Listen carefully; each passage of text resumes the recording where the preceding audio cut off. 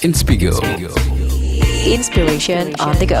Hai Inspigowers, balik lagi nih barengan sama aku With Mama Isner dan sobat baru aku. Cuy gitu sobat baru di Takarang. Sobat baru.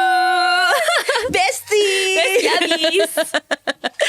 Jadi kalau misalnya di episode pertama ya Inspigowers, kita udah dengar nih gimana perjalanannya di Takarang gitu ya. Terus di awal-awal penuh mimpi, penuh keberanian, penuh keyakinan. Nah sekarang kita bahas sebuah fase dalam hidup kamu ya Dit ya, yang gak kalah penting. Resilience atau ketangguhan gitu ya. Fisik dan mentalnya udah terbukti soalnya. Karena gini, kalau misalnya sempat kita ngomongin di episode sebelumnya gitu ya, dunia K-pop itu tuh sangat menantang gitu. Dikenal keras, sangat kompetitif, tapi kamu berhasil bertahan nih Dit gitu di tengah tekanan besar dan juga ekspektasi tinggi, baik dari mungkin dari public global gitu kan ya, baik dari fans kamu juga gitu, keluarga, temen gitu kan, pasti so much expectation gitu untuk seorang Dita Karang. Ada nggak sih Dit perasaan kayak apa ya, wah ini tuh bukan main-main nih gitu, kayak ini nih gue berat nih gitu ya secara mentally gitu, gimana Dit? Aku sih lebih ke beratnya sih pasti ya. Yeah. Kan mau itu it comes with the title gitu loh. Iya benar. Jadi waktu aku mulai pun in the back of my mind aku udah tahu kayak this is gonna be one of the kayak tantangan buat aku juga gitu.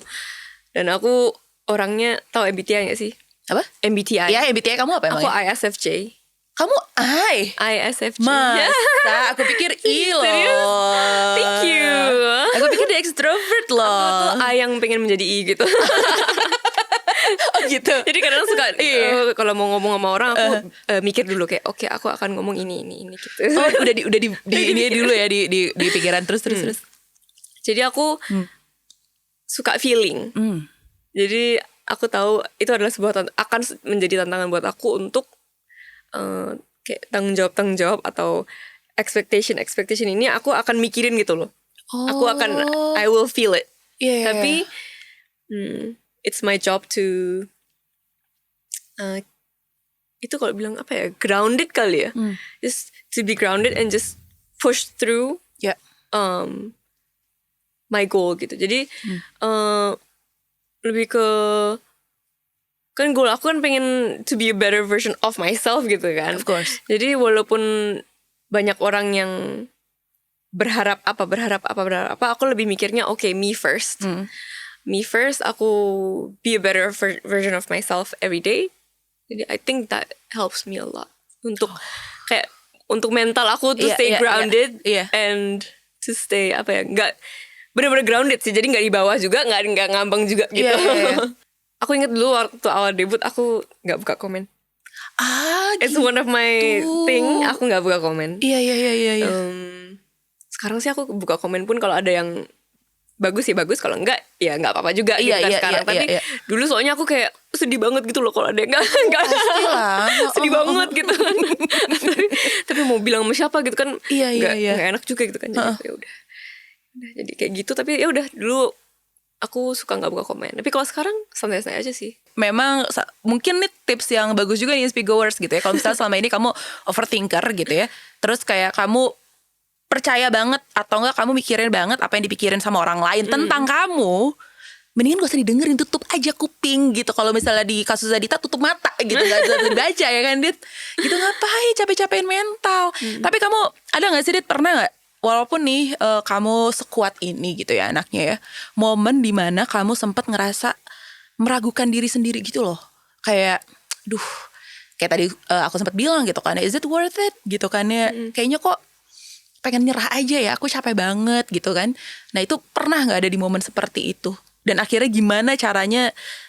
Ya udah kamu akhirnya bisa melewati momen-momen seperti itu, Dit.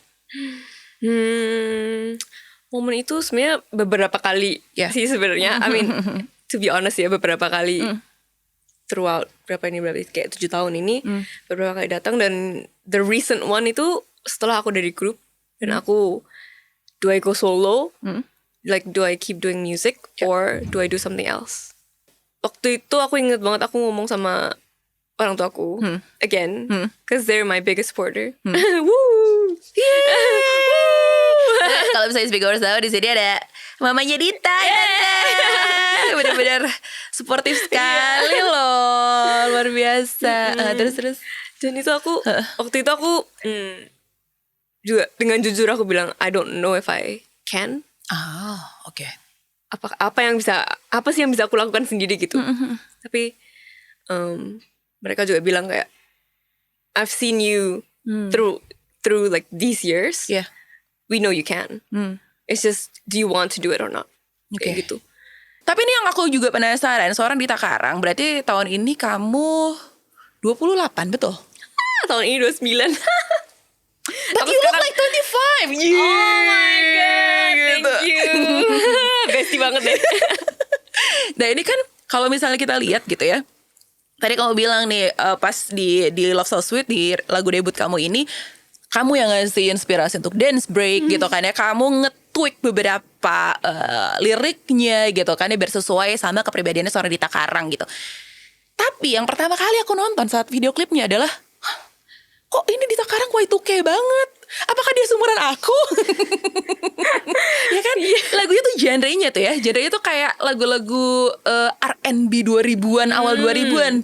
Bener gak sih? Itu intent gak sih? Emang intended seperti itu kah atau gimana? Waktu dapet demonya sebenarnya I feel like demo tuh aku denger demo tuh aku merasa I was feeling Amy Winehouse. Amy Winehouse, one of demo my ya? favorite. Waktu demo ya. Oh ya, oke.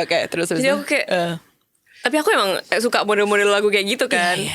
Tapi it's the Amy Winehouse. Aku gak mungkin bisa sama. Jadi lebih ke aku I'm gonna make it like my version. Yeah.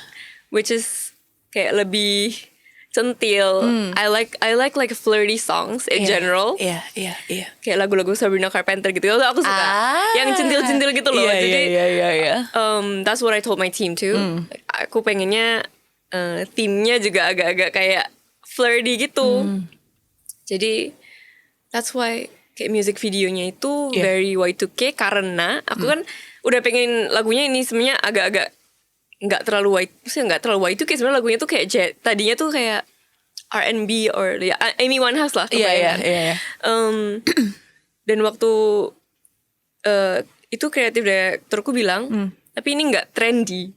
Oh gitu dia kayak lagunya tuh it's actually not so trendy gitu loh. Iya.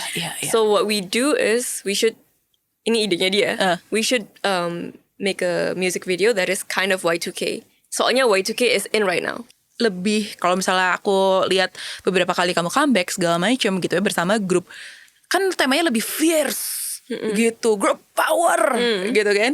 Terus habis itu sekarang nih pas kamu debut ini nih, solo debut, kamu lebih centil gitu, lebih ini adalah the real Dita Karang atau gimana? Mau dibilang the real Dita Karang itu centil aku juga nggak tahu ya. Takutnya di-tweak ya nanti di artikel ya. Iya. Yang ini, tapi ini adalah the type of song that this is how I wanna portray ya. Iya. Kayak aku pengen. Dan suara kamu cocok banget di lagu ini soalnya. Thank you. Iya kan?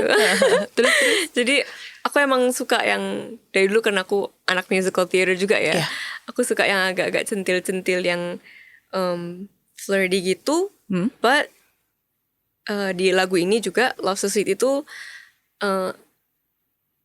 it's about I want someone but I know my worth. Gitu. Iya. Jadi I can say it's the real Dita. Oh, oke. The real Dita ya, bukan yang ini ya. Dita yang nyanyi Love So Sweet itu loh. Iya. Ini bikin kita jadi lebih penasaran deh Speakgoers ya gitu. Emang sebenarnya the real Dita Karang yang ini ya, itu kayak gimana sih? Ya kan, kita tahu Dita seorang yang kuat, seorang yang terus maju gitu ya, terus bertahan di tengah banyak sekali challenge gitu di industri yang super ketat, dan bisa bangkit lagi dan tetap percaya diri, luar biasa gitu. Nanti kita punya banyak cerita inspiratif dari Dita Karang yang mungkin bisa juga kamu aplikasikan di kehidupan kamu Speakgoers. Makanya nantikan di episode Inspigo selanjutnya. Bye Speakgoers. Inspigo, inspiration on the go.